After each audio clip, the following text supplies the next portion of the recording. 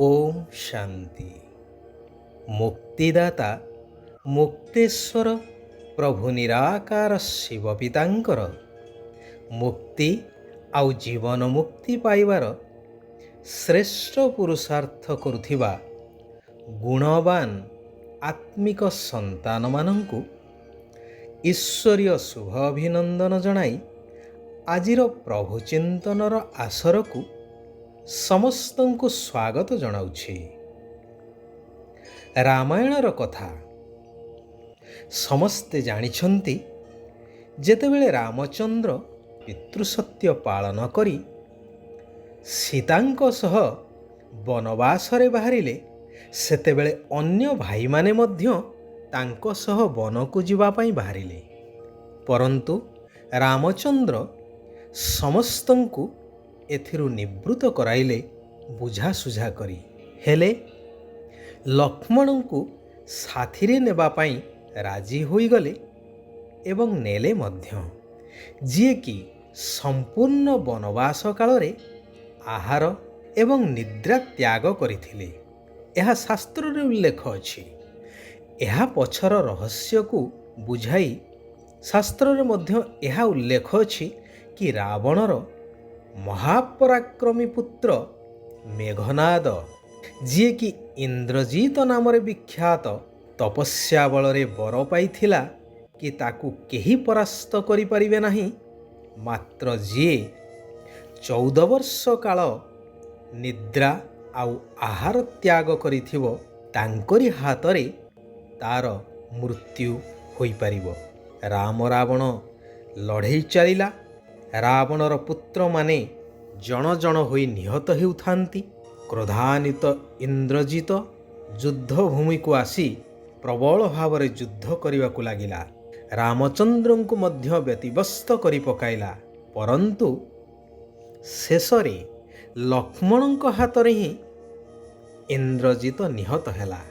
एठारे लक्ष्याख्य करा जाई पारे कि मर्यादा पुरुषोत्तम अमाप दैवी शक्तिर अधिकारी रामचंद्र से मध्य पछघुंचा देले एवं निद्राजित लक्ष्मण को तार सामना करिवा पाई पठाइले, जे कि इंद्रजित को बद्ध करिवारे सफल हेले।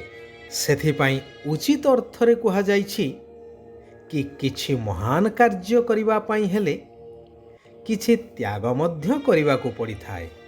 लक्ष्मण निद्रा त्याग करी निरोला रात्रिर अंधकार भितरे आसुरी शक्ति उपरे विजय प्राप्त करिवा पाई मर्यादा पुरुषोत्तमंकर सेवा करी तांको ठारु दैवी शक्ति प्राप्त करुथिले, जहा शेषरे तांको सफलता आनी देइथिला।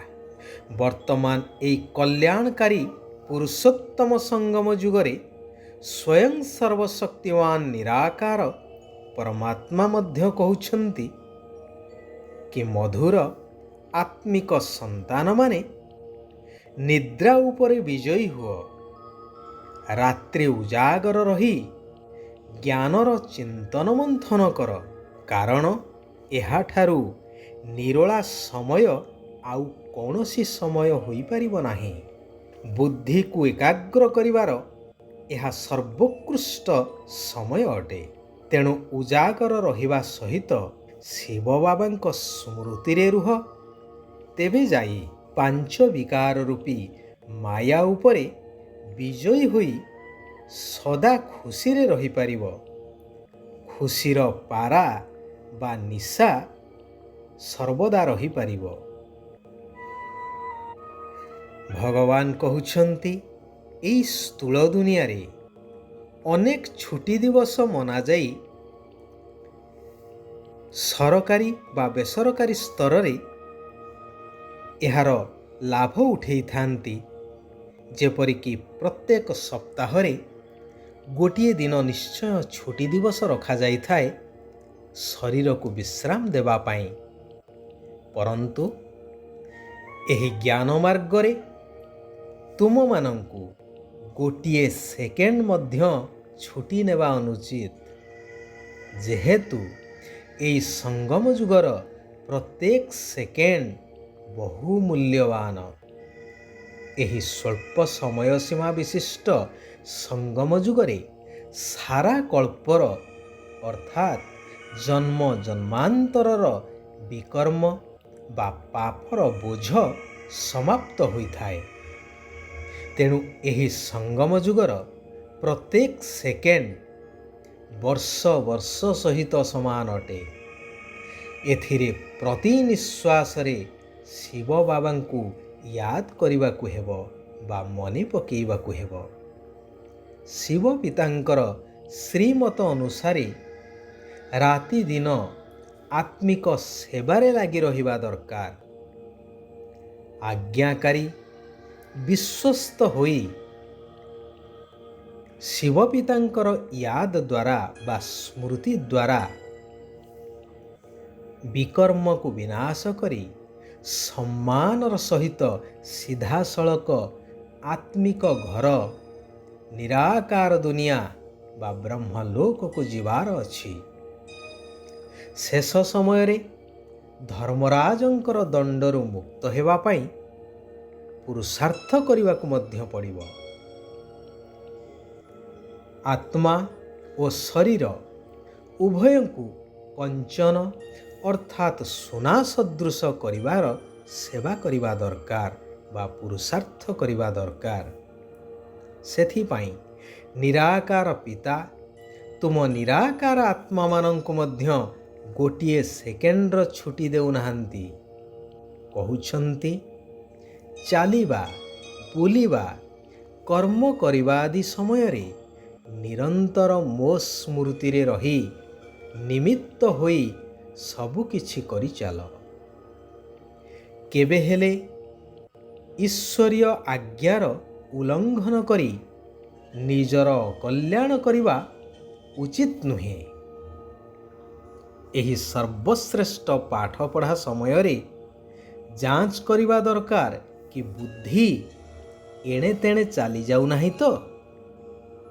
କେବେ ବି ଏହି ସର୍ବୋଚ୍ଚ ପାଠପଢ଼ାକୁ ଛାଡ଼ିବା ଉଚିତ ନୁହେଁ।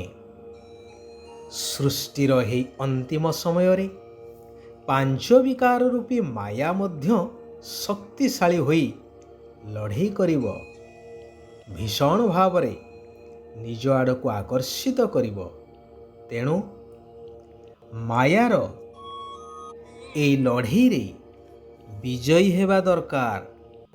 ଶିବ ବାବା କହୁଛନ୍ତି ବିଶ୍ୱର ସର୍ବ ଆତ୍ମାଙ୍କୁ ଶୁଭ ଭାବନା, ଶୁଭ କାମନାର ଆଞ୍ଜଳି ଦେଇଥିବା ବା ଆଞ୍ଜଳି ପ୍ରଦାନ କରୁଥିବା ସଚ୍ଚା ସେବାଧାରୀ ହୁଅ। ଏହା ହିଁ ସହଜ ଏବଂ ସର୍ବଶ୍ରେଷ୍ଠ ସେବା ଅଟେ। ଯେଉଁଠାରେ ରହି ମଧ୍ୟ ଏହି ସେବା କରିପାରିବ। କେହି କିପରି ବି ହେଇଥାଉ, କେହି ଗାଳି ମଧ୍ୟ ଦେଇଥାଉ, ତେବେ ବି ତୁମେ ସେମାନଙ୍କୁ ନିଜର ଦିବ୍ୟ ଗୁଣର ଭଣ୍ଡାରରୁ ଶୁଭ ଭାବନା, ଶୁଭ କାମନାର ଆଞ୍ଜଳି ନିଶ୍ଚିନ୍ତ ଦିଅ। ତେବେ କୁହାଯିବ ସଚ୍ଚା ସେବାଧାରୀ। ପବିତ୍ରତା ହିଁ ବ୍ରାହ୍ମଣ ଜୀବନର ମୁଖ୍ୟ ଆଧାର। ଏହାକୁ କେବେ ହେଲେ ଛାଡ଼ିବା ଅନୁଚିତ। କୁହାଯାଏ ନା, ଧରତୀ ପରିଏ ପର ଧର୍ମ ନା ଛୋଡ଼ିଏ। ଆତ୍ମାର ସ୍ୱଧର୍ମ ଶାନ୍ତ ଏବଂ ନିଜସ୍ୱ ଘର ପବିତ୍ର ଧାମ ପିତା ହେଉଛନ୍ତି ପବିତ୍ରତାର ସାଗର। ଆମର ଆଦି ସ୍ୱରୂପ ମଧ୍ୟ ପବିତ୍ର ଦୈବୀ ସ୍ୱରୂପ। ସେଥିପାଇଁ କିଛି ବି ହେଇଯାଉ, ଏହି ପବିତ୍ରତାର ଧର୍ମକୁ କେବେ ମଧ୍ୟ ଛାଡ଼ିବା ଅନୁଚିତ। ଆଚ୍ଛା, ଆଜି ପାଇଁ ଏଇଠାରେ ଆମେମାନେ ବିରାମ ନେବା। ଆସନ୍ତାକାଲି ପୁନଶ୍ଚ ଆମେମାନେ ଏକତ୍ରିତ ହୋଇ ସେହି କଲ୍ୟାଣକାରୀ ପରମାତ୍ମାଙ୍କର ଆଉ କିଛି କଲ୍ୟାଣକାରୀ ମହାବାକ୍ୟକୁ ଶ୍ରବଣ କରିବା, ନିଜ ଜୀବନରେ ଧାରଣ କରି ନିଜର ତଥା ସାରା ବିଶ୍ୱର କଲ୍ୟାଣ କରିଚାଲିବା। ଓମ୍ ଶାନ୍ତି, ଓମ୍ ଶାନ୍ତି, ଓମ୍ ଶାନ୍ତି।